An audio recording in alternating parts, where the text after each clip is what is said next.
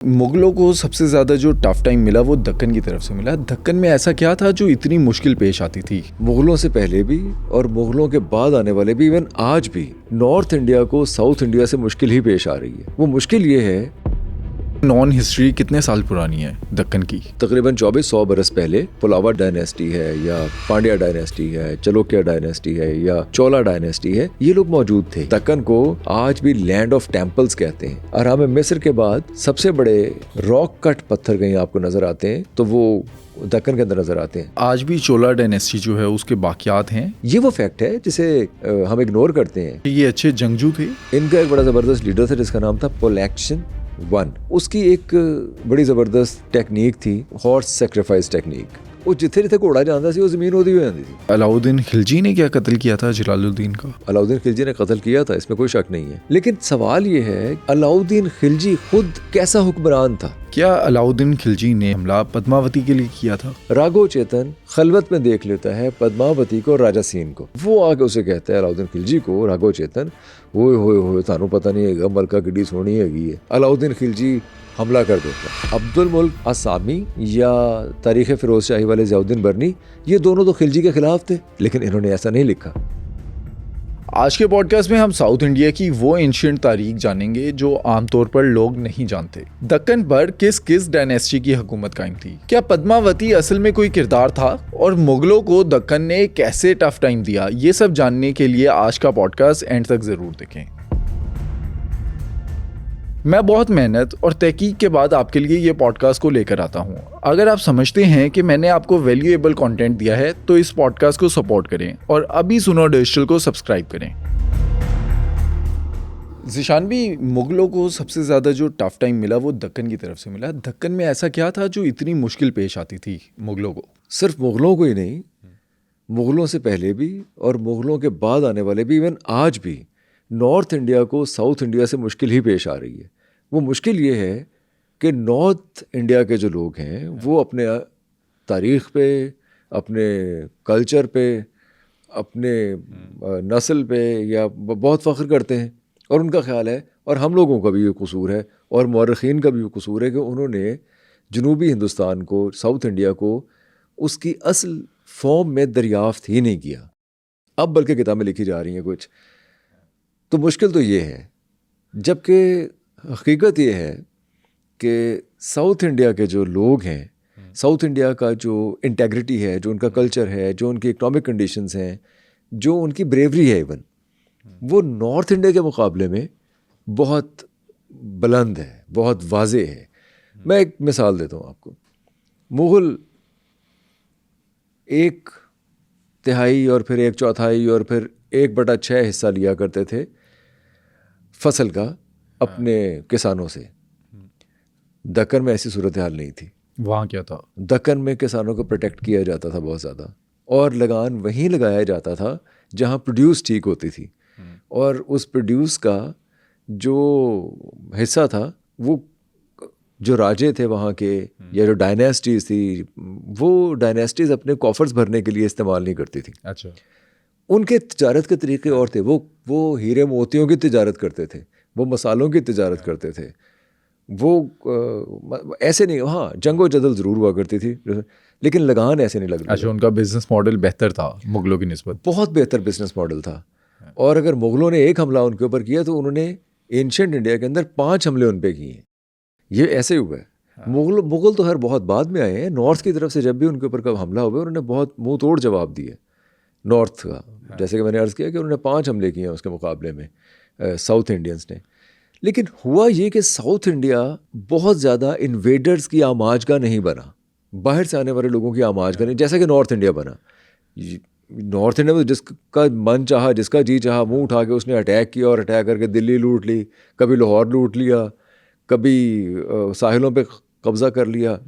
और वो हमारे सामने पूरी तारीख़ है।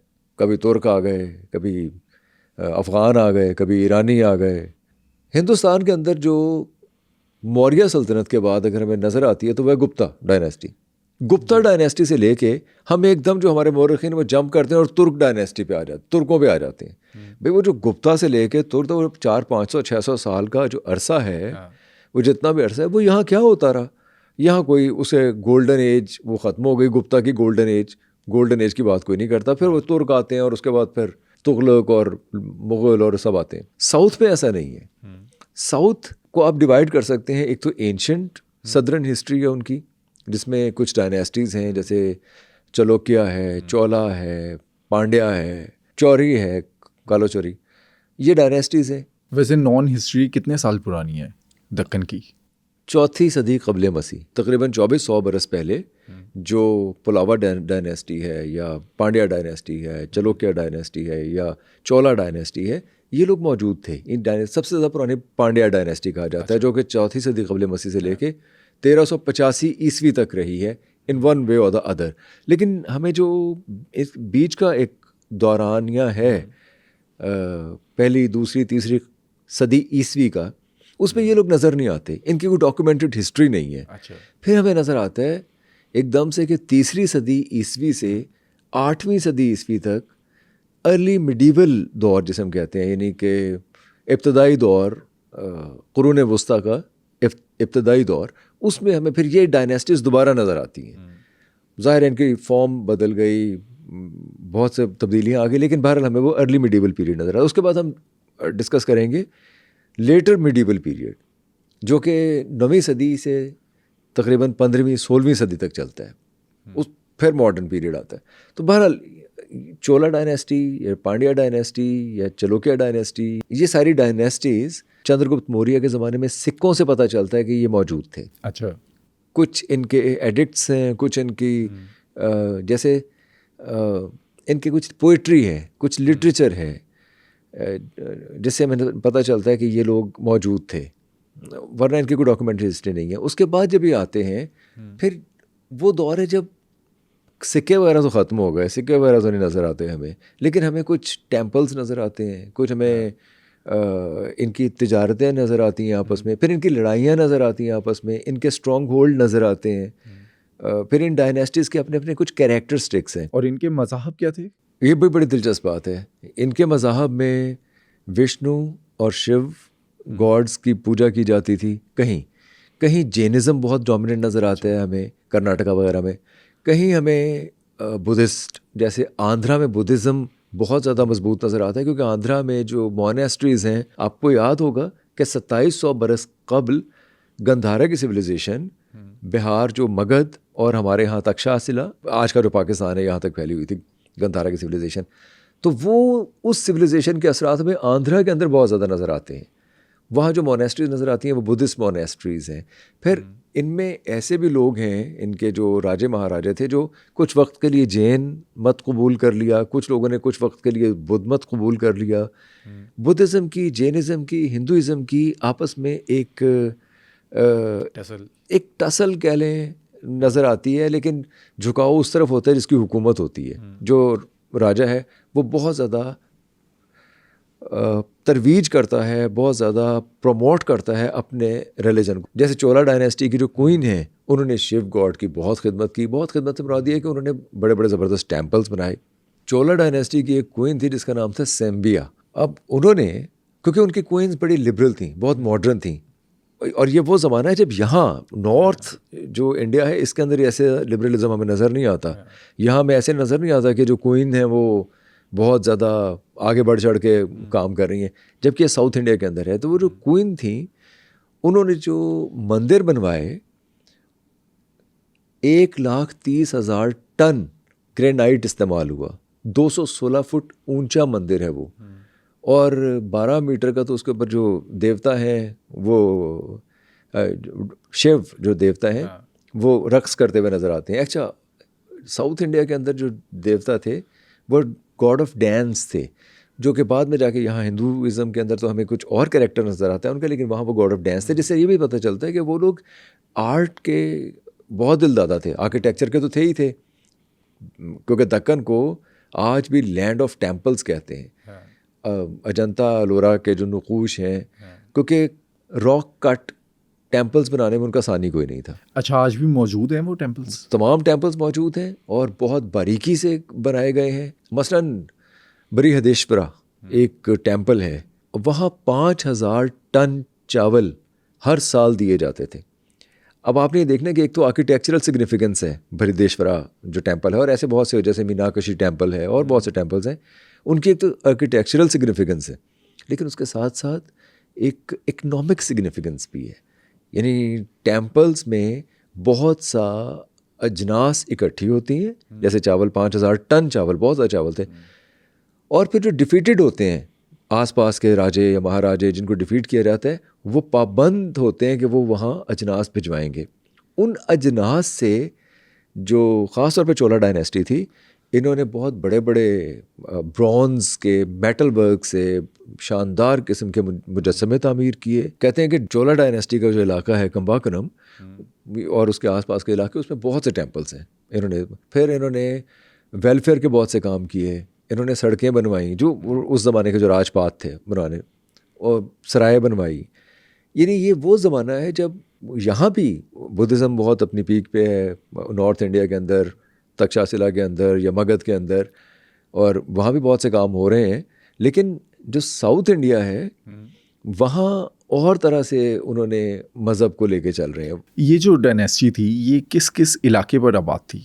जैसे पांड्या डायनेस्टी है, ये मदुराई से है, और पलावा डायनेस्टी कांची से है, चलोकिया डायनेस्टी वपाती से है, जिसे बाद में बादामी कहा गया, आज वो बादामी के नाम से मशहूर है। ये याद रखिए कि दक्कन के अंदर, दक्कन 3 तरफ से पर्शियन गल्फ, अरेबियन सी, इंडियन ओशन से घिरा हुआ है। 3 तरफ उसके पानी है, यानी पोर्ट्स बहुत ज़्यादा हैं। इसी वजह से हमें नज़र आता है कि बाद में आने वाले वक्त में 16वीं सदी के अंदर, 15वीं सदी के अंदर पोर्चुगीज़ जान तोड़ कोशिश कर रहे थे किसी तरीके से हिंदुस्तान पहुंचने की। वास्को डे गामा पहुंचा भी, हम आगे जाके डिस्कस करेंगे। उस ज़माने में भी, जिस ज़माने की हम बात कर रहे हैं, यानी कि अर्ली मिडीवल दौर में भी ग्रेको रोमन तिजारत इनके साथ हो रही होती थी इन पोर्ट्स के ज़रिए से। ये तजारत किस चीज़ की होती थी? तिजारत शुरू में तो सोना, चांदी और हीरे, जैसे पांड्याज जो थे वो हीरों की तिजारत करते थे। अच्छा। और ये हिस्टोरियंस ने भी लिखा है कि उनके पास हीरे, जवाहरात, कीमती पत्थर, गोलकंडा से हर जगह से कीमती पत्थर निकलते थे, तो उनकी तिजारत बहुत ज़्यादा करते थे ये लोग। अच्छा। ग्रीको रोमन के साथ। लेकिन जो लेटर मिडीवल दौर है उसके अंदर आपको हैरत होगी सुन के कि उसके अंदर ये जो टमाटर है, सुर्ख मिर्च है, ये वहाँ से पोर्चुगीज़ियों ने इंट्रोड्यूस करवाया, वरना हमें पता नहीं था कि टमाटर क्या होता है, या मकई क्या होती है, या सुर्ख मिर्च क्या होती है। ऐसे कुछ जो अजनास हैं वो पोर्चुगीज़ियों ने यहाँ इंट्रोड्यूस करवाई, और यहाँ से वो दारचीनी, लौंग और इस तरह के मसाले लेके उधर गए। फिर हमने आहिस्ता आहिस्ता आलू और टमाटर उगाना सीख भी लिए, लेकिन शुरू में तो वहीं से आया करते थे। हिंदुस्तानियों को नहीं पता था। ये भी आप याद रखिए कि दक्कन के रास्ते आए हैं, यानी साउथ इंडिया से ही ये अजनास हम तक पहुंची हैं। ये हम बाद में डिस्कस करेंगे कि पोर्चुगीज़ यहाँ कैसे आए। वैसे ये जो डायनेस्टीज़ हैं इनकी खासियत क्या थी? हर डायनेस्टी की अपनी कुछ खासियतें हैं। फॉर एग्ज़ाम्पल चोला डायनेस्टी ने नातरंजा, जो एक हमें गॉड मिलते हैं, टेम्पल मिलते हैं उनके नाम पे, अब तो बहुत ज़्यादा पूरे हिंदुस्तान में मकबूल हैं, लेकिन उनके टेम्पल्स इन्होंने बनवाए थे, नातरंजा के। और सबसे बड़ी बात चोला डायनेस्टी की ये है, और ये बात हो रही है 990 से 1000 ईस्वी, जब महमूद गजनवी यहाँ हमला कर रहे लाहौर पे, उस ज़माने की बात हो रही है वहाँ साउथ इंडिया के अंदर। उस ज़माने में राजेंद्र ने, जो कि चोला डायनेस्टी के एक हुक्मरान थे, उन्होंने तामिल मर्चेंट्स के साथ एक मुआहदा किया, और तामिल मर्चेंट्स को एक्सेस दी कि आप जाएं अपना सामान बेचें जाके मलाए के जजीरों पे। ये उस ज़माने से चल रहा है। हम तो बहुत बाद में लेटर मिडीवल में जाके सुनते हैं ना कि यहाँ पुर्तगीज़ आए, डच आए, फ्रांसीसी आए, लेकिन ये मैं बात कर रहा हूँ आपसे 7वीं सदी की, 6ठी सदी की, 7वीं सदी की, जब चोला डायनेस्टी के लोगों ने, राजेंद्र ने अपने मर्चेंट्स को, जो तामिल मर्चेंट्स से मुआहदा करके, और ये कहते हैं कि ये ईस्ट इंडिया कंपनी से ज़्यादा बड़ा मुआहदा था, ये कहा जाता है, मौरख़ीन लिखते हैं, क्योंकि बहुत दूर तक इंटरनेशनल एक मुआहदा था, जहाँ उन्होंने माले स्टेट्स तक भेजना था, अपने मर्चेंट्स को भेजना शुरू कर दिया। मर्चेंट्स जाना शुरू हो गए, सामान या तिजारत दे के जाते थे इधर उधर। अब राजेंद्र ने अपने ट्रूप्स को उनके जहाज़ों में बिठा के वहाँ पहुँचा दिया, यानी जंगी अंदाज से भिजवा दिया, आप ये समझ लीजिए, जंग करने के या कब्ज़ा करने की नीयत से भिजवा दिया ट्रूप्स को तामिल मर्चेंट्स के जहाज़ों में। फिर ये कहा जाता है कि उन्होंने जाकर उन स्टेट्स पे कब्ज़ा भी किया, उन ट्रूप्स ने, जो माले की स्टेट्स थी, और अक्रॉस बे ऑफ बंगाल ये जो तमिल मर्चेंट्स थे ये सारे के सारे फैल गए हर तरफ, और ये बहुत ज़बरदस्त एडमिनिस्ट्रेटर बने वहाँ जाके। अच्छा, ये अच्छे जंगजू थे? जंगजू थे क्योंकि जंगें वहाँ, अच्छा दक्कन के अंदर जंगें मुसलसल होती रहती थी, कोई भी दौर ऐसा नहीं गया जिसमें जंगें ना हो रही हों, क्योंकि लूट खसूट, मारपीट, एक दूसरे पे कब्ज़ा करना, और कब्ज़ा करके बड़ी शर्मनाक और अजियत अंगेज़ सज़ाएँ दी जाती थी। वो हम चालुक्य में जाके बात करेंगे कि वो क्या करते थे। इनके बड़े अजीब-ओ-गरीब तरीके थे जंग लड़ने के भी, और जंग की तैयारी करने के भी, फ़ौज तैयार करने के भी, सज़ाएँ देने के भी, और माल गनीमत इकट्ठा करके उसे अय्याशी करने के भी। दक्कन के जो तरीक़ाकार थे वो नॉर्थ इंडिया से बाकी अरब दुनिया ये उनसे मुख्तलिफ हुआ करते थे। इन्होंने अपने ट्रूप से जो माले के स्टेट्स के ऊपर जाकर उन्होंने कब्ज़ा किया, वो बे ऑफ बंगाल में फैल गए हर तरफ। अब ये कहा जाता है कि 19वीं सदी में जब अंग्रेज़ आए तो उनके जो सबसे अहम इकनॉमिक्स को समझने वाले जो लोग थे इंडिया के अंदर से, वो तमिल लोग ही थे जिन्होंने उनका नज़्म व नस्क संभाला, क्योंकि वो पहले से बाहर की दुनिया से मुतारिफ़ हो चुके थे। जब नॉर्थ इंडिया भी मुतारिफ नहीं हुआ था तो साउथ इंडिया में तमिल पहले से मुतारिफ हो चुके थे। ये चोला डायनेस्टी की वजह से था। ये वो फैक्ट है जिसे हम इग्नोर करते हैं, क्योंकि नॉर्थ इंडिया में लोग बाहर से आ रहे हैं जबकि साउथ इंडिया में लोग यहाँ से बाहर जा रहे हैं। ये एक बहुत बड़ा फ़र्क था ये चोला डायनेस्टी का। फिर अच्छा, आज भी चोला डायनेस्टी जो है उसके बाकियात हैं, कोई वारिस है? नहीं, ये तमाम डायनेस्टीज़ आहिस्ता आहिस्ता ख़त्म होती गई। चोला डायनेस्टी, पलावा डायनेस्टी, या चलुक्य डायनेस्टी, या कालूचरिया डायनेस्टी, ये सारी डायनेस्टीज़ आहिस्ता आहिस्ता, विजयनगर डायनेस्टी, ये आपस में लड़ते लड़ते आपस में वो ख़त्म हो गई। फिर बामनी डायनेस्टी आई। बामनी डायनेस्टी के बाद सुल्तानेट्स ऑफ दक्कन आए। दक्कन के सुल्तानों के साथ मुग़लों की लड़ाइयाँ चलती रही, वो हम मॉडर्न हिस्ट्री में सारा देखते हैं। लेकिन ये जो अर्ली मिडीवल हिस्ट्री है, जो हम कहना चाह रहे हैं, जब नॉर्थ इंडिया के अंदर प्रॉस्पेरिटी बहुत ज़्यादा, या फॉरेन अफेयर्स, या तिजारत, सी के रास्ते, हम मुग़लों को भी देखते हैं। मुग़ल बाबर ने कोई तवज्जो नहीं दी थी, अपने समंदरों पे कोई तवज्जो नहीं दी, समंदरी रास्तों को इस्तेमाल करने पे कोई तवज्जो नहीं दी। लेकिन साउथ इंडिया के अंदर उस वक्त भी समंदरी रास्तों को इस्तेमाल किया जा रहा था तिजारत की गर्ज से। ये हम कहना चाह रहे हैं। अच्छा, इसके बाद डिस्कस करते हैं चालुक्य डायनेस्टी को। वो कैसी थी, उसमें क्या कुछ था? चालुक्य डायनेस्टी तो बहुत ही स्ट्रॉन्ग डायनेस्टी थी। आज का जो बादामी उनका जो इलाका है, वहाँ उस ज़माने में उसे वपाती कहा करते थे। वपाती में ये लोग शुरू में तो चालुक्य डायनेस्टी के लोग लूट मारी करते थे, एग्रीकल्चरलिस्ट थे, आप समझ लीजिए, कुछ ज़मीन खेती बाड़ी वगैरह करते थे। लेकिन आहिस्ता आहिस्ता जब इन्होंने कुछ पैसे वैसे जमा करने शुरू कर दिए, थोड़ा माल इसबाब इकट्ठा करना शुरू कर दिया, फिर अपनी फीफडम बना ली और थोड़े तगड़े हुए। इनका एक बड़ा ज़बरदस्त लीडर था जिसका नाम था पोलैक्शन वन। अच्छा, पोलैक्शन वन ने पहले तो इर्द गिर्द के जो सदरन, यानी दक्कन के अंदर, साउथ इंडिया के अंदर जो सदरन पार्ट है, वहाँ ये लोग थे। इन्होंने पहले तो वहाँ मखलूब किया, आसपास के जागीरदारों को, फ्यूडल्स को अपने साथ मिलाया, मखलूब किया, जाने ट्रिब्यूट वगैरह लेना शुरू किया। फिर इन्हें पता चला कि तो बड़ी ज़बरदस्त चीज़ है, ये तो हम आगे भी निकल सकते हैं। पोलैक्शन वन ने फिर आहिस्ता आहिस्ता वेस्ट की तरफ बढ़ना शुरू किया। अच्छा, उसकी एक बड़ी ज़बरदस्त टेक्निक थी। वो कौन सी? उसे कहते हैं हॉर्स सेक्रीफाइस टेक्निक। क्या करते थे? वो करते ये थे कि घोड़े को तैयार करते थे बहुत अच्छे से, खिलाना पिलाना ये वो सब बड़ा बेहतरीन, और उसके बाद उसे छोड़ दिया करते थे। वो जिथे जिथे घोड़ा जाता सी वो ज़मीन होती हो जाती थी। अगर मैंने अपना घोड़ा भेज दिया है चरने के लिए और वो आपके खेतों में आ गया है, आपने कुछ नहीं कहा, तो इसका मतलब वो खेत मेरे हो गए, और अगर आपने उसे कुछ कहा तो फिर मैं लड़ाई करांगा, जंग होगी, फिर जंग होगी। वो घोड़े के साथ जंग करने का भी इस तरीका ये था कि पहले तो वो घोड़ा हर तरफ फिरता था, फिर अगर उसे कोई तंग करता था या उसे पकड़ने की कोशिश करता तो इसका मतलब ये था कि घोड़े को सेक्रीफाइस करने का वक्त आ गया। फिर वो बहुत बड़ा इज्तिमा हुआ करता था, वो जंग शुरू होने से पहले उस घोड़े को ज़िबा किया करते थे, उसका गोश्त वोश्त खाया करते थे। वो एक लंबी चौड़ी एक दावत शिराज हुआ करती थी वो उस घोड़े की। लेकिन जहाँ जहाँ वो गया होता था वो उस इलाके तक अब इनका अपना कब्ज़ा हो चुका होता था, और जो इनके अपने घोड़े होते थे उनको भी लड़ाने की एक बड़ी ख़ास टेक्निक थी इनकी। ये उन्हें शराब पिला दिया करते थे। इनका ख्याल था कि जो शराबी घोड़े हैं वो ज़्यादा ज़बरदस्त किस्म के जंगजू होते हैं, उन्हें शायद चोट वोट का असर नहीं होता होगा, ये बहरहाल वो उन्हें शराब पिलाते थे, बहुत ज़्यादा शराब है। और फिर उनके वो बांध दिया करते थे, तलवारें भी बांध दिया करते थे या खंजर नेज़े बांध दिया करते थे उनके साथ, और फिर लड़ाई में इस तरह से जाया करते थे। लेकिन पोलेक्शन वन ने बहुत सी कामयाबियाँ हासिल की, बल्कि कदम बास जो पुराने लोग थे वहाँ के साउथ इंडिया के, जो इनसे भी पहले जो जो 5th सेंचुरी से वहाँ रह रहे थे, कदम बास को इन्होंने बहुत मारा पीटा। और करता ये था कि उनकी जो औरतें थीं उनको फिर सबको ले आया करता था, उनमें से खूबसूरत औरतें होती जो हम देखते हैं उसके अंदर, लेकिन ये उन औरतों के साथ फिर बहुत रंग रलियाँ मनाया करता था। पोलेक्शन वन का ये ख़ास तौर पे ख़ासा था कि वो इस तरह से अपने जो मफ्तू थे उन पे एक बढ़तरी साबित करने की कोशिश करता है। ये बात में हम पूरे इंडिया के अंदर भी देखते हैं, फिर राजस्थान के अंदर भी देखते हैं। जो राजपूत थे वो अपनी औरतों को बहुत बचा के रखा करते थे ताकि कोई उनकी औरतों के साथ जुल्म ना करे। ये बहुत अनफॉर्चुनेट है, वैसे हमेशा हिस्ट्री में रहा है कि औरतों पे जुल्म करके, उन्हें मगलूब करके, उन्हें दरिंदगी का निशाना बना के अपनी ताकत का मुजाहिरा किया जाता है, हर दौर में रहा है। लेकिन ये ज़्यादा ख़ास तौर पे करता था। फिर इसका एक बेटा था जिसका नाम था मैगलेश। अच्छा।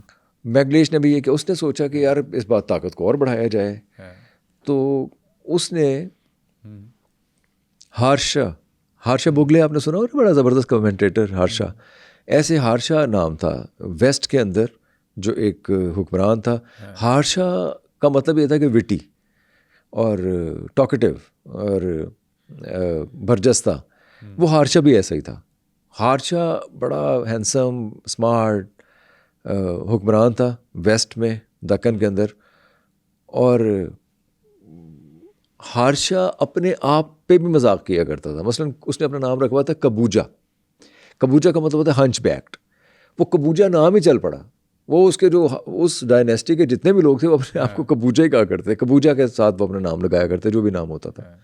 तो हार्शा के साथ जब इनकी लड़ाई हुई तो हार्शा ने हाथियों के साथ लड़ाई करने की कोशिश की। अच्छा। लेकिन वो रेन फॉरेस्ट में जाके फंस गया, उसकी वजह से उसको नुकसान हुआ। उससे पहले हार्शा जो वेस्टर्न कोस्ट थी दक्कन की, उस को तबाह कर चुका था और वहाँ पे अपना तसल्लुत कायम कर चुका था।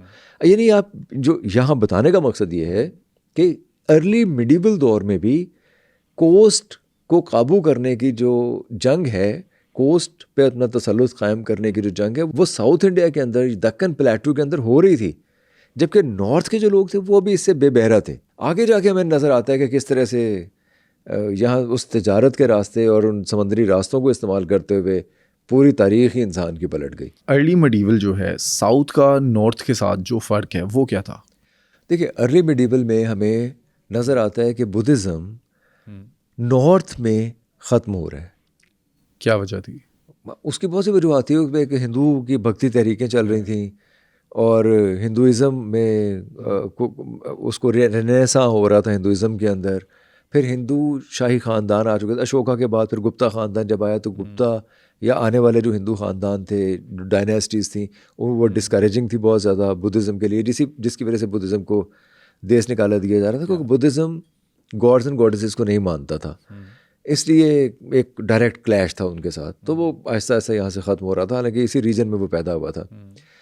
बाय द वे, जो हमारी पांड्या डायनेस्टी थी, पांड्या डायनेस्टी के बारे में कहा जाता है कि जो रेलिक्स हैं बुद्धा के, यानी बुद्धा के 4 दांत हैं जो सबसे इम्पॉर्टेंट रेलिक्स हैं बुद्धिज़्म के लिए, वो श्रीलंका से चोला डायनेस्टी के लोग ही लेके आए थे। अच्छा। ये जो फ़र्क है नॉर्थ का, एक यहाँ बुद्धिज़्म ख़त्म हो रहा है आहिस्ता आहिस्ता, क्योंकि आपने देखा यहाँ पे हुन्ज़ा आ गए थे 6ठी सदी में, उन्होंने तबाह बर्बादी फैला दी थी बहुत ज़्यादा। वहाँ बुद्धिज़्म आंध्रा के अंदर, कर्नाटका के अंदर फ्लरिश कर रहा है। आप इनकी जो आंध्रा की बुद्धिस्ट मोनेस्ट्रीज़ हैं, अपारा महाविनिजले मोनेस्ट्री है या मासासिका मोनेस्ट्री है, या और बहुत सी मोनेस्ट्रीज़ हैं, बुद्धिस्ट मोनेस्ट्रीज़, वो बहुत शानदार हैं और वो फ्लरिश कर रही थी। ये अर्ली मिडीवल दौर है जब यहाँ से बुद्धिज़्म आहिस्ता आहिस्ता निकल रहा था नॉर्थ इंडिया से। ऐसे ही दक्कन के अंदर जो डायनेस्टीज़ आ रही थी, जो भी अमीर डायनेस्टी थी और जो भी पैसा वो कमाते थे, वो सबसे पहले टेम्पल्स बनाया करते थे। अच्छा। इसीलिए दक्कन को लैंड ऑफ टेम्पल्स कहते हैं। और जो टेम्पल्स वहाँ हैं आपको पूरे हिंदुस्तान में कहीं और नहीं मिलेंगे। उसकी वजह क्या है? उसकी वजह ये है कि वो रॉक कट आर्ट इस्तेमाल करते थे, पिलर्स इस्तेमाल करते थे, कॉरिडोर्स इस्तेमाल करते थे, रथ इस्तेमाल करते थे। ये उनका ख़ास स्टाइल था। ये इन डायनेस्टीज़ का एक स्टाइल था, अर्ली मिडीवल डायनेस्टीज़ का, कि रॉक कट का मतलब होता है कि एक पूरा पहाड़ उस पहाड़ को आपने इस तरह से तराशना खराशना है कि आप उसके अंदर से मुजस्समा निकाल लेंगे, टेम्पल निकाल लेंगे, फिर बहुत बारीक बीनी से उसके ऊपर अपने गॉड्स एंड गॉडेसेस को बनाएंगे, उनके साथ वाबस्ता जो भी शबी हैं वो बनाएंगे। तो वो बहुत बारीक बीनी से काम किया हुआ है। कहा जाता है कि दक्कन के अंदर जो टेम्पल्स हैं वो अहराम मिस्र के बाद बड़े टेम्पल्स हैं। अच्छा, ये मौरखीन यही लिखते हैं कि अहराम मिस्र के बाद, यानी अहराम मिस्र के रॉक कट पत्थर है ना, बहुत बड़े बड़े, ये अहराम मिस्र के बाद सबसे बड़े अगर रॉक कट पत्थर कहीं आपको नज़र आते हैं तो वो दक्कन के अंदर नज़र आते हैं। अच्छा, वैसे जिस टाइम पीरियड की हम बात करें, इस टाइम पे अभी तो हम हिंदुस्तान उसे कहते हैं, उस टाइम पे हिंदुस्तान का वर्ड जो है वो इंट्रोड्यूस हो चुका था, वहाँ पर नाम रखा हुआ था हिंदुस्तान। हिंदुस्तान के बहुत मुख्तलिफ नाम रहे हैं। हम देखते हैं कि जब ग्रीक आए, एक्चुअली हिंदुस्तान की जो तारीख थी उन्होंने डॉक्यूमेंट करना शुरू की, तो मगैस्थनीज, एरियन, ये लोग थे। इन्होंने तो इंडस से इंडिया, इंडिका जब किताब लिखी उसने, तो इंडिया नाम उसका हो गया। बाकी हिंदुस्तान का कोई एक नाम था नहीं। भी बल्कि दिलचस्प बात है कि हमारे दोस्त हैं बहुत ही अच्छे, हमारे तो खैर उस्तादों की तरह से हैं, सलमान रशीद साहब, वो ये कहते हैं कि हिंदू दरअसल सिंधु को कहते थे, यानी कि इंडस को, और स्थान कहते हैं उस जगह को जहाँ से सिंधु निकलता था, यानी एक्चुअली तो वो था सिंधु स्थान, वो जगह जहाँ से दरिया सिंधु निकलता है। तो वो सिंधु से क्योंकि हिंदू हो गया, वो सीन नहीं था बोलने में, जो आने वाले बाहर से आने वाले लोग थे उनकी ज़बान में, तो उन्होंने इसको हिंदू कर दिया। तो एक्चुअली जो हिंदू नाम है वो इंडिया के रहने वाले वो लोग जो इंडस वैली के रहने वाले थे उन्हें हिंदू कहते थे, यानी हम लोग हिंदू हैं। हम लोग सिंधु दरिया पे रहने वाले, इंडस वैली सिविलाइजेशन के रहने वाले लोग हिंदू कहलाते, और जहाँ से वो निकलता वो तो ज़मीन अब पाकिस्तान में। अच्छा, सलमान बड़ी दिलचस्प बात करते हैं कि ये जो पाकिस्तान है दरअसल ये हिंदुस्तान है। अगर आपने नाम ही से मौसूम करना है इस जगह को, तो ये हिंदुस्तान बनता है, क्योंकि हिंदू दरिया, सिंधु दरिया निकलने की जगह हमारे पास उस करदू से जो निकलते हैं वो। अच्छा, और इसके ऑपोजिट जो जमुना और गंगा तहसीब है उसका नाम क्या था? वो गंगा जमुनवी तहजीब ही थी। उस इलाके का कोई एक नाम नहीं। मैंने अर्ज़ किया ना, इस लैंड को अगर किसी ने डॉक्यूमेंट किया, जो नाम दिया, तो वो हमें ग्रीक नज़र आते हैं जिन्होंने इसको इंडिया कहा, इंडिका से इंडिया कहा। अदरवाइज़ इसका कोई एक नाम पहले नहीं था। भारत नाम, हालांकि महाभारत तो बहुत पुरानी किताब है, बहुत यहाँ वेद जब लिखे गए वो सब लिखा गया। भारत ये नाम भी रहा, मुख्तलिफ नाम रहे उसके, भारत से मुतालिक भी रहे कुछ नाम, लेकिन भारत नहीं रहा। भारत 1947 में उन्होंने अडॉप्ट किया नाम, और उस जगह का कोई एक नाम नहीं था क्योंकि वो यूनाइटेड थे ही नहीं। उनके अपने इलाकाई रीजनल नाम हुआ करते थे। तो ये जो कन्फ्यूजन है कि हिंदुस्तान जो है वो बरसों पुराना और हज़ारों साल पुराना एक जगह है और यूनाइटेड है, अखंड भारत, ये कोई तसव्वुर था नहीं। अखंड भारत का कोई ऐसा तसव्वुर था नहीं, इकट्ठे होने का, यूनाइटेड होने का कोई नाम भी नहीं था इवन। अगर मगध पे किसी की हुक्मरानी है तो वो मगध का बादशाह है, अगर कोई तक्षशिला पे है तो तक्षशिला का है, अगर कोई अम्बी का है तो वो अम्बी का है। इस तरह अगर कोई तमिल पे है तो तमिल के तमिलनाडु, केरला, तेलंगाना, हैदराबाद, ये तो बहुत बाद में डेवलप हुई ना, वरना वो दक्कन जो थी स्टेट वो दक्कन ही थी, वो दक्षिण से था, यानी दक्षिण जुनूब, तो वो दक्षिण से दक्कन था। अच्छा, तो दक्कन जो है वो तकसीम कब होता है? दक्कन वो तकसीम ही था, मुनकसिम ही था, मुख्तलिफ डायनेस्टीज़ में मुनकसिम था। वो डायनेस्टीज़ जैसे हमें नज़र आते कि विजयनगर की डायनेस्टी है जिसने आके बहुत ज़्यादा डिफेंड किया दक्कन को, लड़ाई बड़ाई भी की, और एक एम्पायर बनाई, एम्पायर कायम हुई। फिर उसके बाद हम देखते हैं कि बामनी स्टेट बन गई, वहाँ बामनी रियासत बन गई। वो बामनी रियासत की भी एक अजीब व गरीब कहानी है जो वो लोग सुनाते हैं कि वो हसन गंगू नाम का कोई बंदा था जो कि एक ब्राह्मण का काम वाम करने वाला था, कोई जैसे होते हैं ज़मीनों पे काम करने वाला। उसको एक दफीना मिला, उसको ख़जाना मिला, उसने जाके ब्राह्मण को बताया कि जी ये तो मुझे आपकी ज़मीनों से मिला है। वो बड़ा खुश हुआ, उसने कहा यार ये तो बड़ा ईमानदार आदमी है हसन गंगू, अलाउद्दीन हसन गंगू। गंगू एक्चुअली उस ब्राह्मण का वो नाम था।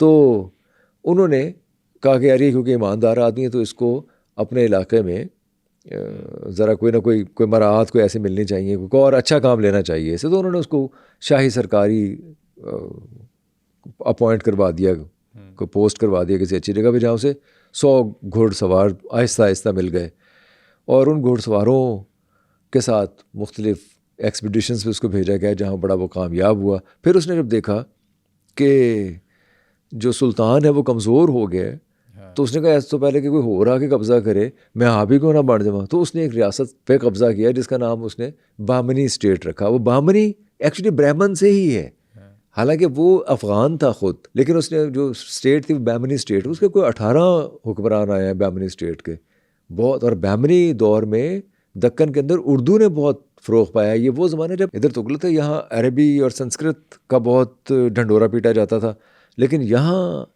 हमें नज़र आता है कि यहाँ दक्कन के अंदर बामनी दौर में उर्दू और फिर अदब और फिर शायरी वो बहुत तरवीज। और आज भी दक्कन के अंदर उर्दू एक बहुत बड़ी ज़बान है जो पढ़ाई सिखाई जाती है। उर्दू बोलने वाले बहुत ज़्यादा लोग हैं, वो जो हैदराबाद के अंदर तो ख़ास तौर पे और आसपास के इलाक़ों में भी। तो ये वो बामनी दौर ही चलता हुआ आ रहा है। अच्छा, ये उर्दू का ओरिजिन कैसे होता है और कितने साल पुरानी ज़ुबान है? उर्दू शायरी का अगर आप देखें तो उर्दू शायरी में भी जो पहला नाम नज़र आता है हमें वो वली दक्कनी का ही नज़र आता है। यानी इनफैक्ट उर्दू का आगाज़ भी, जैसे आज हम अपने माथे का झूमर समझते हैं, इसका आगाज़ भी दक्कन ही से हुआ था। हाँ, उससे पहले वो अरबी, फ़ारसी, संस्कृत और इलाक़ाई ज़बानें। यहाँ भी फ्लरिश होने की वजह ये थी दक्कन के अंदर कि दक्कन की जो अपनी मकामी ज़बानें, जैसे तेलुगु बोलने वाले हैं या मलयालम बोलने वाले हैं या तमिल बोलने वाले हैं, कन्नड़ा ज़बान बोलने वाले हैं, ये मकामी ज़बानें हैं। And these languages are steeped into the land. वो बहुत ज़्यादा ज़मीन से निकली हैं, यानी कि वो सदियों पुरानी ज़बानें हैं। दुनिया की सबसे पुरानी ज़बान तामिल ज़बान है। वो इलाक़ाई ज़बानें अपनी हैत में, अपनी ग्रामर में, अपने टेक्सचर में या अपने ईडियम में, अपने कल्चरल ईडियम में एक दूसरे से वो यकसर फ़र्क है, अब भी फ़र्क है। ये हम अर्ली मिडिवल दौर की बात कर रहे हैं, लेकिन आज भी अगर आप दक्कन में देखें तो इन ज़बानों को बोलने वाले एक दूसरे की ज़बान नहीं समझते। उस दौर में उर्दू का प्रमोट होना बामनी दौर में बहुत नेचुरल था, क्योंकि उर्दू एक्सेप्टेबल थी। यहाँ उर्दू दरबार की ज़बान नहीं थी, यहाँ फ़ारसी दरबार की ज़बान थी। यहाँ फ़ारसी में शायरी करना एक प्राइड समझा जाता था, लेकिन वहाँ उर्दू ज़बान प्राइड बन रही थी। ये भी एक खासा है दक्कन के लोगों का कि उन्होंने उर्दू को एक्चुअली प्रमोट किया। अलाउद्दीन खिलजी कौन था जिसने दक्कन पर हमला किया था? अलाउद्दीन खिलजी जलालुद्दीन खिलजी का, जो कि हिंदुस्तान का बादशाह था, उसका दामाद था और भतीजा भी था अलाउद्दीन खिलजी। जो जलालुद्दीन खिलजी था, इनफैक्ट उसके बारे में जो मौरख़ीन लिखते हैं कि वो बड़ा सॉफ्ट हार्टेड था। वो अपने दुश्मनों को माफ़ कर दिया करता था। अगर उसके कोई ख़िलाफ़ बोलने वाले, आवाज़ उठाने वाले कोई बागी हुआ करते थे, उन्हें बुलाया करता था, समझाया करता कि ना पुत्तर इंज ना कराया करो, ए गड़बड़ हो जानी है, मैं एवं कि तो कोई सख्त गल ना तुहानू कह बैठा। वो इस टाइप का आदमी था, बड़े चश्मपोशी से काम लिया करता था। लेकिन हुआ ये कि जब बादशाह ऐसे करना शुरू हो जाएं या कोई निज़ाम, तो वो साजिशें और गहरी होना शुरू हो जाती हैं। तो जलालुद्दीन खिलजी के ख़िलाफ़ बहुत ज़्यादा साजिशें होना शुरू हो गई थी, होती थी, जिसका कि अलाउद्दीन खिलजी को बहुत ज़्यादा रंज भी था और कल्क भी था कि ये बड़ी गड़बड़ है, ये हर एक को माफ़ कर देता है और उसे लोग जो हैं वो खा जाएंगे। अच्छा, वैसे अलाउद्दीन खिलजी ने क्या कत्ल किया था जलालुद्दीन को? इल्ज़ाम अलाउद्दीन खिलजी भी लगता है। अलाउद्दीन खिलजी ने ही अपने चचा का या अपने ससुर का कत्ल करके, क्योंकि देखें everything is fair love and war, love for the power, Alauddin Khilji ने कत्ल किया था, इसमें कोई शक नहीं है। लेकिन सवाल ये है कि अलाउद्दीन खिलजी खुद कैसा हुक्मरान था। अलाउद्दीन खिलजी के बारे में कुछ बहुत सी गलत फहमियाँ हैं। अलाउद्दीन खिलजी एक अच्छा हुक्मरान था। अच्छा, सबसे बड़ी बात यह कि जब मंगोल यहाँ हमला कर रहे थे, जब मुग़लों का तुर्ग़ियन जब आके खड़ा हो गया था दिल्ली के बाहर, तो उसने उसको शिकस्त दी, उसने मंगोलों के हमलों को रोका। वरना मंगोलों ने हिंदुस्तान का वही हाल करना था जो बगदाद का किया था उन्होंने। अच्छा, ये बहुत बड़ा क्रेडिट है ना उसके जो खिलजी को जाता है। तो खिलजी ने जिज़िया माफ़ कर दिया था, जिज़िया नहीं लेता था वो, यानी वो बहुत रूथलेस किस्म के टैक्स आयद नहीं करता था। ताजरों को उसने छूट दी थी, ताजरों को वो तिजारत करने की बहुत ज़्यादा आज़ादी दी थी। और अलाउद्दीन खिलजी के दौर में बहुत सी मजहबी आज़ादियाँ भी हासिल थीं, लोग फ्लरिश भी कर रहे थे। ऐसा नहीं है कि वो कोई जालिम आदमी था, हर एक को मारता पीटता था और कत्लो गारत ही करता था। कत्लो गारत भी उसने की, एक दिन में हज़ारों लोग भी दिल्ली के अंदर मार दिए थे। लेकिन अगर उसकी ज़रूरत थी तो मैंने अर्ज़ किया ना कि उसको ये पता था कि अगर साजिशें जलालुद्दीन के ख़िलाफ़ हो सकती हैं तो उसके ख़िलाफ़ भी हो सकती हैं।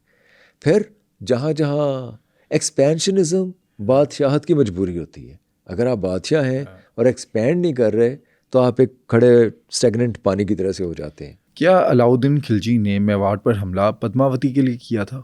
अलाउद्दीन खिलजी ने पहले तो दक्कन पे हमला किया ना, दक्कन पे हमला किया और उसके बारे में भी कहा जाता है उसने हमला किया, बहुत मारा पीटा उनको, और वहाँ के जो हिंदू राजा था उसकी बीवी को वो ले आया अपने पास और ला के उससे शादी कर ली, उसे मुसलमान कर लिया, शादी कर ली और अपने पास रखा, जिससे कि लगता है कि वो औरतों का बहुत ज़्यादा शौकीन होगा, जैसे कि सभी थे ये। मेवाड़ पे जो हमला है वो तारीख से साबित नहीं होता कि उसने इस वजह से किया है। मेवाड़ पे जो हमला किया उसके बारे में जो मौरखीन ज़्यादा लिखते हैं वो लिखते हैं कि कुछ बागी ऐसे थे जो इसके ख़िलाफ़ थे और इसके ख़िलाफ़ कुछ कंस्पिरेसी कर रहे थे। उन बागियों को उस किले में, मेवाड़ के किले में पनाह दी गई। लेकिन मैं समझता हूँ कि किसी भी पॉलिटिकल अपहीवल के पीछे बहरहाल कोई इकनॉमिक इंटरेस्ट होते हैं। मेवाड़ पे हमला करना या दक्कन पे हमला करना, दोनों किलों पे हमला करने का मकसद ये था कि वहाँ के लोगों को ट्रिब्यूट देने पे पाबंद किया जाए कि अगर आपने यहाँ पे हुक्मरानी करनी है तो आपको मुझे तस्लीम करना पड़ेगा और आपको इतने पैसे, इतना खराज देना पड़ेगा। मकसद ये था। हाँ, ये हुआ। देखिए, अमीर खिसरो ने ख़ज़ाइनुल मफ़तूह लिखी जिसमें कहीं ये जिक्र नहीं किया कि चित्तौड़ पे हमला अलाउद्दीन खिलजी ने किसी खातून के लिए या मलिका के लिए या पद्मावती के लिए किया। उन्होंने कोई जिक्र नहीं किया। ऐसे ही हमें नज़र आता है तारीख़ फ़िरोज़ शाही में ज़ियाउद्दीन बरनी, उनके बारे में तो कहा जाता है कि शायद उस ज़माने में वो जवान थे और उन्होंने कोई ऐसा जिक्र नहीं किया, बल्कि वो तो ये कहते हैं कि बागियों को क़ैद किया हुआ था जिसकी वजह से बहुत ज़्यादा गुस्से में था अलाउद्दीन खिलजी, उसने हमला कर दिया, वो भी लिखते हैं। फिर अब्दुल मुल्क असामी जो बामनी दौर का शायर है, मुअर्रिख़ है, वो भी ये लिखता है कि बागियों को क़ैद किया हुआ था तो उसने हमला किया, वो भी कहीं पद्मा। देखिए, तारीख़ को पढ़ने का तरीका तो यही है ना हमारे पास, हम तो ख़ुद वहाँ नहीं थे। तारीख़ पढ़ने का तरीका यही है कि जो करीब तरीन लोग हैं और जो दरबारी नहीं हैं वो क्या लिख रहे हैं। अब्दुल मुल्क असामी या तारीख़ फ़िरोज़ शाही वाले ज़ियाउद्दीन बरनी, ये दोनों तो खिलजी के ख़िलाफ़ थे। ये तो दोनों खिलजी के होना ये चाहिए कि ये कहते कि हाँ इसने एक औरत के लिए और ये पापड़ बेलने की कोशिश की है, लेकिन इन्होंने ऐसा नहीं लिखा। इसका मतलब है कि कुछ ऐसा साबित नहीं है। अच्छा, तो फिर ये पद्मावती करैक्टर जो है, क्या ये असल करैक्टर है या ये फिर एक फिक्शनल कहानी है? नहीं, असल किरदार तो पद्मावती तो बहुत आम सा नाम है, ज़ाहिर है किसी मलका का भी होगा, किसी राजे की रानी का भी होगा, उनका भी होगा पद्मावती नाम, राजा सेन की बीवी का। लेकिन ये जो एक साहब थे जिन्होंने 237 बरस बाद इस वाक़े के, यानी चित्तौड़ पे हमले के वाक़े के 237 बरस बाद एक नज़म लिखी। क्या था उसमें? उस नज़म के किरदार ये थे, राघो चेतन फॉर एग्जांपल एक किरदार है जो बाद में हमें नज़र आता है कि फिल्मों के अंदर भी उठाया उसको। राघो चेतन खलवत में देख लेता है पद्मावती को और राजा सेन को, उस वजह से राघो चेतन को वो दरबार से निकाल देता है राजा सेन। वो आके मिलता है अलाउद्दीन खिलजी से, वो आके उसे कहता है अलाउद्दीन खिलजी को, राघो चेतन, होए थानू पता नहीं है मलका किड्डी सोहनी हैगी है, पानी पीवे थे तो पानी जांदा नजर। तो यहाँ पे खूबसूरती के किस्से सुनाए जाते हैं, ਉਹਦੀਆਂ ਕਾਲੀਆਂ ਜ਼ੁਲਫਾਂ ਨੇ ਤੇ जनाब एडे ਵੱਡੇ अबरू ने तो अख का इशारा करे बंदा था मर जाए। वो कहता है नज़म के अंदर इस तरह उसकी खूबसूरती को बयान किया गया पद्मावती की कि वो जज्बात से मगलूब होके अलाउद्दीन खिलजी हमला कर देता है। अच्छा। हमला करता है, लड़ाई होती है और वो राजा सेन को मार देता है। और जब उसको पता चलता है पद्मावती को राजा सेन तो मर गया, तो वो अपनी बहुत सी कनीज़ों और उनके साथ वो खुदकुशी कर लेती है। एनु लबे कुछ नहीं बेचारे ने वो अलाउद्दीन खिलजी को। ऐसा नहीं है। वो नज़म जो थी, नज़म इतनी मकबूल हो गई मलिक जायसी की लिखी हुई कि वो उस पर कहानियाँ बन गई, ड्रामे बन गए, फिल्में बन गई, और वो हम लोगों ने हाथों हाथ लेना भी शुरू कर दी हमारे यहाँ, जी वो औरत के लिए हमला किया। तो ये फ़िक्शन में ये जान, ये एक कशिश, ये अट्रैक्शन तो होती है कि वो खींच लेता है अपनी तरफ, और लेकिन उससे होता है कि जो असल तारीख़ है वो छुप जाती है, दब जाती है। अच्छा, क्या अलाउद्दीन खिलजी ने किसी औरत के लिए किसी सल्तनत पे हमला किया था? नहीं, भट्ट साहब, ये जो बादशाह लोग होते हैं ना, ये बड़े तेज़ होते हैं। ये औरतों के लिए कलों पे हमले नहीं करते। ये बहुत अहमकाना ख्याल है जो हमारे यहाँ बहुत चला हुआ है कि जी औरत के लिए कर दिया, किसी के लिए कर दिया। ऐसे नहीं होता।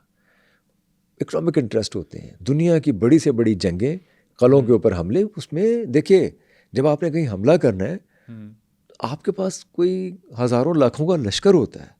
उस लश्कर ने जाके अटैक करना है। जब वो अटैक करेगा तो उसमें से बहुत से लोग मारे जाएंगे, बहुत से घर बर्बाद होंगे। और फिर क्या ऐसा है आपके पास बाकी लश्कर लड़ने के लिए? आप उन्हें भी तो कुछ बताएंगे ना कि मैं कुड़ी चुकन चलना कले दे विचों, ये कह के तो नहीं आप लेके जा सकते। जाहिर है आप कुछ प्रोफेस करेंगे, बहुत ज़्यादा बड़े स्लोगन्स होंगे, बहुत बड़ी बूटी का चक्कर होगा, बहुत माल असबाब कमाने की कोई वो, उसके बगैर जंगें नहीं हुआ करती थी। ये सोचना चाहिए। तो ये जो फिल्में बनती हैं इसमें बिना सोचे हम दिखा देते हैं। एक्चुअली हमें फिल्में इसलिए अच्छी लगती हैं कि हमें हमारे जज्बात प्यार के साथ होते हैं, मोहब्बत के साथ होते हैं, या उठाई गिर के साथ होते हैं। ये मतलब हमारे जज्बात को अपील करती है ना वो चीज़। वो हमारे जहन के लिए नहीं बनती, जज्बात के लिए बनती हैं फिल्में। अच्छा, पद्मावती ने तो खुदकुशी कर ली, लेकिन कोई और इस तरह की रानियां थी जो किसी के सामने डट गई हूँ? लेटर मिडिवल दौर में अहमदनगर की राजा की एक बेटी चांद बीबी मिलती हैं। अच्छा। जिनकी शादी हुई और वो बीजापुर आ गई। हाँ। बीजापुर की मलका थी वो, उनके शौहर को कत्ल किया मुग़लों ने, तो ये डट गई। और इन्होंने फिर अपनी रियासत को बचाने के लिए, कहा जाता है कि बिल्कुल सिपा सालारों की तरफ से लड़ी। फिर बहुत खौफनाक अटैक भी आया औरंगज़ेब की फ़ौज की तरफ से और रखना डाला गया किले के अंदर, लेकिन ये डटी रही और इन्होंने मुग़लों को मार भगाया। लेकिन हुआ ये कि इनका अपना अंदर का जो बंदा था कोई, उसने हसद में या किसी रकाबत में किसी वजह से इन्हें कत्ल कर दिया, चांद बीबी को। तो चांद बीबी का नाम बहुत बड़ा है। लेटर मिडिवल दौर में हमें दक्कन के अंदर चांद बीबी का नाम नज़र आता है। दिल्ली के सलातीन में हमें नज़र आता है कि वो बड़ा डट के उसने मुकाबला किया था मुग़लों का। ईस्ट इंडिया कंपनी तो काफ़ी बाद में आती है हिंदुस्तान में, उससे पहले पुर्तगाली आते हैं। वो कैसे आते हैं? उन्हें क्या अट्रैक्शन मिलती है इधर? 1497 वो साल था जी, जब पुर्तगीज़ जश्न मना रहे थे लिस्बन में, क्योंकि 4 जहाज़ थे जिनको वास्को डे गामा लेके जा रहा था हिंदुस्तान। अच्छा। उसने वहाँ से मसाला लेके आना था, जैसे मैंने पहले अर्ज़ किया कि यहाँ से भी मसाला लेके जाना था, वहाँ से मसाला लेके आना था। वो था जो वाकई तिजारती वफद लेके जा रहा था, यानी तिजारत की गर्ज से जा रहा था कि यार असी हिंदुस्तान जाना है, उतों रिचेज़ हैं बहुत ज़्यादा, वो लेके आनी है। और ये साउथ में गए थे? ये साउथ में गए। ये मैंने अर्ज़ किया ये लेके गए, 4 जहाज़ लेके गए और ये गोवा तक गए। ये 4 जहाज़ 1497। अब ये वो दौर है जब स्पेन में इज़ाबेला और फर्दिनेंद की हुकूमत है। इनके बाद डच और फ्रांसीसियों ने अपने परपुर्जे खोलने शुरू किए थे। फिर बाद में अंग्रेज़ आए थे और अंग्रेज़ों ने, जो रेस्ट इज़ द हिस्ट्री के अंग्रेज़ कैसे आए। तो पुर्तगालियों से पहले इनफैक्ट एक और जहाज़ राह को भेजा गया था हिंदुस्तान, जिसका नाम था क्रिस्टोफर कोलंबस। अच्छा। उसको भेजा तो हिंदुस्तान गया था, लेकिन वो हिंदुस्तान आया नहीं, वो पहुंच गया अमेरिका। अच्छा। और उसे नहीं पता था कि वो अमेरिका है। खैर उसने अननोइंगली बाय चांस वो दरियाफ्त कर लिया अमेरिका को, वरना वो तो हिंदुस्तान आना, वो हिंदुस्तान ही चाहता था। अच्छा। वास्को डे गामा उसके 5 साल बाद हिंदुस्तान ही पहुंचा।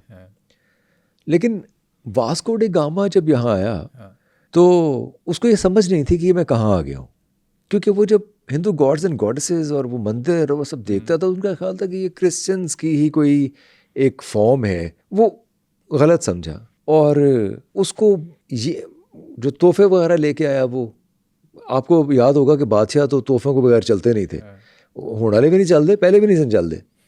तो वो तोहफे जो लेके आया वो बड़े आम से तोहफे थे, वो कोई कीमती पत्थर। अब ये दक्कन साउथ इंडिया वो इलाका है जहाँ से कोहिनूर और कीमती पत्थर निकलते हैं, जहाँ हीरों की तिजारत अर्ली मिडिवल दौर में पांड्या कर रहे हैं, और ये लेके आया आम सी अजनास और कोई छुआरे फुलियाँ वगैरह बादशाह को तोहफे देने के लिए। वो बादशाह ने कहा कौन है चंगड़ जा आ गया उठ के, वास्को डे गामा कड्डो इनमें तो, क्योंकि वो तो एवेल्यूएट ही इस चीज़ से करते थे कि आप तोहफे क्या लेके आए हैं। और वास्को डे गामा पे अटैक किया, मारा मुरा और भगा दिया। भागा नहीं वो। क्योंकि वास्को डे गामा ने एक ऐसा काम किया था जो उस ज़माने में हिंदुस्तान में कोई सोच भी नहीं सकता था। वो क्या? वो ये कि उसने अपने जहाज़ के ऊपर तोपें लगाई हुई थी। इनफैक्ट वो सारे लुटेरे ही थे। वास्को डे गामा भी एक लुटेरा था, वास्को डे गामा भी एक पायरेट ही था। और वो हिंदुस्तान पहुंचा भी ऐसे कि उसको एक मुसलमान नाखुदा मिल गया था रास्ते में, जिसने उसे ये बताया कि आप जुनूब की तरफ मुसलसल सफ़र करते जाएं तो आप हिंदुस्तान पहुंचेंगे। और फिर यहाँ लेके आया था उनको। अदरवाइज हो सकता है वो भी कहीं गुम जाता, क्योंकि अगर आप देखें ना पुर्तगाल से लेके और साउथ इंडिया तक वो एक बहुत लंबा सिलसिला है पानी का, जो आपको जिसमें जुनूब की तरफ मुसलसल सफ़र करना पड़ता है, फिर आप पहुंचते हैं। तो वो खैर लेके आया था। अब इसके जहाज़ पे लगी हुई थी तोपें। अच्छा। इस कम वक्त ने किले के ऊपर फायरिंग कर दी तोपों से, नुकसान पहुंचाया? शदीद नुकसान पहुंचाया, लोगों को मारा पीटा और बहुत बहुत ज़्यादा नुकसान पहुंचाया। वो गुस्से में आके वहाँ से चला तो गया, लेकिन बहुत बर्बादी फैला के गया। वापस गया और जाते हुए फिर भी यहाँ से मसाले भर के लेके गया अपने जहाज़ में। खाली हाथ फिर भी नहीं गया, मारकूट भी गया, तोपा में चला गया और मसाले भी ले गया। लूट के गया या खरीद लूट के? लोग खरीदने का तो मसाला था ही बहुत, यहाँ जगह जगह मसाला था। दारचीनी थी, लौंग थे, अनवा अक़साम के मसाला जात थे, वो सारा कुछ ये लेके गया। तो ये पहली बार था कि पुर्तगाली यहाँ आए इस तरह से। उसके बाद फिर ये दोबारा आया। अच्छा, तो हम अक्सर बात करते हैं तिजारत करने के लिए, ये तो तिजारत नहीं थी, ये तो लूट मार थी। बुनियादी तौर पे वो लोग लुटेरे ही थे, लेकिन अब उन्हें ये समझ आ रही थी कि हमें तिजारत करनी है। आए वो तिजारत ही की गर्ज से थे, लेकिन एहतियातन तोपें जहाज़ के ऊपर लगा के आए थे। अच्छा, एक और चीज़ भी थी उस ज़माने में, लूट मार करना। जैसे औरंगज़ेब आलमगीर बहुत तंग था, क्योंकि वो इस बात से तंग था कि उसके जो लोग जाते हैं, ताजर जाते हैं, उन्हें लूट लिया जाता है। वो इससे बड़ा आजिज़ आया हुआ था, लेकिन उनके पास कोई ऐसा तरीका नहीं था कि वो समंदर के अंदर इसे चेक कर सकें। ये लोग पुराने पापी थे, ये डच भी, पोर्चुगीज़ भी, फ्रांसीसी भी, ये सब पुराने पापी थे और इन्हें पता था कि इस तरह लूट मार करनी। और यूरोप के अंदर तिजारती जहाज़ों की लूट मार एक नॉर्म थी, यानी कि एक एक्सेप्टेड चीज़ थी। इंस्टीट्यूशनलाइज्ड करप्शन जैसे है ना, वो थी कि कोई नहीं यार लूट ले, अच्छा नहीं पहुंचा, नहीं पहुंचा, क्यों, वो लूट लिया जी। शेक्सपियर का एक प्ले है द मर्चेंट ऑफ वेनिस, जिसके अंदर वो बैठा अपने जहाज़ों का इंतज़ार कर रहा है, वो घास परेशान है, आ रहे हैं जहाज़, वो उसको ख़तरा यही है कि कहीं वो लूट ना जाए। यानी यूरोप के अंदर ये आम प्रैक्टिस थी कि अगर तो पहुंच गया तो साडा, ना पहुंचा तो फिर लूटा गया। हिंदुस्तान में ये प्रैक्टिस नहीं थी। हिंदुस्तान में तिजारत होती थी। हिंदुस्तानी खालिसतन तिजारत करने की गर्ज से अपने जहाज़ लेके जाते थे, अगर वो ग्रेको रोमन तिजारत भी हो रही होती थी तो। वो ये फ़र्क था। वास्को डा गामा दोबारा भी आया, तो जब आया तो वो मारपीट करता हुआ ही आया, पायरेसी करता हुआ आया, लड़ाई करता हुआ आया। फिर आके उसने आहिस्ता आहिस्ता यहाँ कदम जमाए, और जो पहले कदम जमाए वो उसने लेटर मिडिवल दौर में दक्कन में ही अपने कदम जमाए थे। यहाँ आके खैर फिर उसने जब जो दक्कन के लोग थे, उन जो डायनेस्टीज़ थी, उनके साथ मिल मिला के तिजारत वगैरह शुरू की। उसके बाद तो फिर पुर्तगीज़ आना शुरू हो गए और कले वगैरह बनाने शुरू हो गए यहाँ पे आके। कले से मुराद फैक्ट्रीज़ बनाना शुरू हो गए। अच्छा, वजह ये थी उनके आने की कि वो इतने डेस्परेट क्यों थे हिंदुस्तान पहुँचे। एक्चुअली सुल्तान मोहम्मद फ़ातेह ने 1453 में 1453 में कुस्तुनतुनिया पे कब्ज़ा कर लिया था। तो वो जो एक तिजारत हो रही थी, उस तिजारत पे उसने टैक्स लगा दिया। वो टैक्स बढ़ने की वजह से इन्हें बचता कुछ नहीं था। ज़मीनी रास्ते जो थे उन पे कब्ज़ा किया हुआ था वेनिस और जिनीवा ने, इसलिए जहाँ से वो गुजरते थे, चाहे वो बहरी रास्ते हों चाहे बरी रास्ते हों, वहाँ टैक्स देने पड़ते थे। उस टैक्स को बचाने के लिए अगर ईमानदारी से तिजारत करनी थी तो उसका हल ये था कि आप बहरी रास्ते खुद से ढूंढें और ख़ुद हिंदुस्तान पहुँचे, डायरेक्ट, किसी के वास्ते से ना पहुँचे। अच्छा, ये तो पायरेट्स थे, ये क्या ईमानदारी से तिजारत करते थे? पायरेसी और तिजारत जैसे आज भी बिजनेस भी करते हैं लोग और डकैती भी करते हैं, जो करप्शन भी करते हैं और एक प्रॉपर वे में बिजनेस भी करते, टैक्स भी देते हैं, टैक्स बचाते भी हैं, टैक्स नहीं भी देते। तो वो ज़माना भी ऐसे ही था। हाँ, ईस्ट इंडिया कंपनी में आके हम देखते हैं कि ईस्ट इंडिया कंपनी ने सियासी तौर पे या रियासती सतह पे पेट्रनाइज किया उस लूट मचाने को। किसी हद तक इन्होंने भी किया। पोर्चुगीज़ भी देखिए, जब अगर बहरी रास्ता दरियाफ्त करना है और वो बहरी डाकुओं नहीं करना है, क्योंकि अब डाकू ही जाते हैं बहरी रास्तों पे हमले वगैरह करने के लिए, तो वो ज़्यादा फिरते फिराते थे। वास्को डे गामा कोई पहली एक्सपीडिशन नहीं थी, इनसे पहले कोई 10वीं एक्सपीडिशन थी जो मुकम्मल तौर पर नाकाम हो चुकी थी। क्रिस्टोफर कोलंबस, स्पेन ने भेजा ना क्रिस्टोफर कोलंबस को, तो कोलंबस से पहले बहुत से लोग गए थे जो रास्तों में गुम गए, कोई मर गए, कोई वापस आ गए। यहाँ भी जब वास्को डे गामा पहली बार आए हिंदुस्तान तो 1700 लोग उसके साथ थे, वो 4 जहाज़ों के अंदर, तो वापस 54 लोग पहुंचे थे। बाकी हिंदुस्तानियों ने मार दिए। हाँ, वो लड़ाई हो गई थी ना, इसी वजह से जब उन्होंने मारा इनको, उन्होंने कह रहे हैं पता नहीं कौन आ गए उठ के, तो हिंदुस्तानियों ने हमला किया, मारा। वो एक्चुअली ये समझे कि ये कोई डाकू डकैत ही हैं, तो उन्होंने इसलिए हमला कर दिया इनके ऊपर। इन्होंने भी खैर लड़ाई, तो 54 लोग वापस आए थे। अच्छा, पुर्तगालियों ने हिंदुस्तान को फ़ायदा क्या दिया? सबसे बड़ा फ़ायदा तो ये दिया कि जब पुर्तगाली हिंदुस्तान पहुँचे तो बहरे ओकियानूस और बहरे हिंद मिल गए। अच्छा, मतलब वो रास्ता मिल गया, वरना तो हिंदुस्तान कटा हुआ था, पूरे यूरोप से कटा हुआ था। बहरे ओकियानूस तक जाने का कोई सवाल ही पैदा नहीं होता था, क्योंकि हिंदुस्तानी तो इतने ज़्यादा डेवलप नहीं थे, ख़ास तौर पे उनका बहरी निज़ाम बिल्कुल डेवलप नहीं था कि वो ये रास्ते दरियाफ्त करते। उन्हें तो शायद सदियाँ लग जाती सारा कुछ करने में। तो पोर्चुगीज़ ने ये रास्ता बनाया, सबसे बड़ी बात तो ये की। और कितने साल इन्होंने तिजारत की वहाँ से? ये 1497 में यहाँ पहुँचे, और उसके बाद तक़सीम हिंद के वक्त आखिरी इनके जो पॉइंट्स थे या जो इनकी आखिरी फैक्ट्रीज थी वो खाली करवाई हैं। अच्छा, तक़सीम हिंद के वक्त छोड़ के गए हैं ये, यानी आखिरी वक्त किसी न किसी शक्ल में ये रहे हैं। एक और बड़ी ज़बरदस्त बात है कि देखिए, लॉर्ड क्लाइव जब यहाँ आता है, लॉर्ड क्लाइव खुद तो अंग्रेज़ था, अंग्रेज़ी बोलता था, लेकिन हिंदुस्तानियों के साथ वो पुर्तगाली बोलता था। क्यों? क्योंकि हमारी कोस्ट पे जो लोग रहते थे वो पुर्तगाली बोलते थे वो हिंदुस्तानी, वो अपनी ज़बान, जैसे मलयालम बोलते होंगे, तेलुगु बोलते होंगे, कन्नाडा बोलते होंगे या उर्दू बोलते होंगे, लेकिन जब वो पुर्तगाली ताजरों से बात करते थे तो पुर्तगाली ज़बान में करते थे। यानी इस हद तक उन्हें दरक हासिल था इस ज़बान में, पुर्तगाली ज़बान में, कि लॉर्ड क्लाइव हिंदुस्तानियों से पुर्तगाली ज़बान में बात करता था। साउथ इंडिया पर मुग़ल क्या अपनी हुकूमत कायम कर सके थे?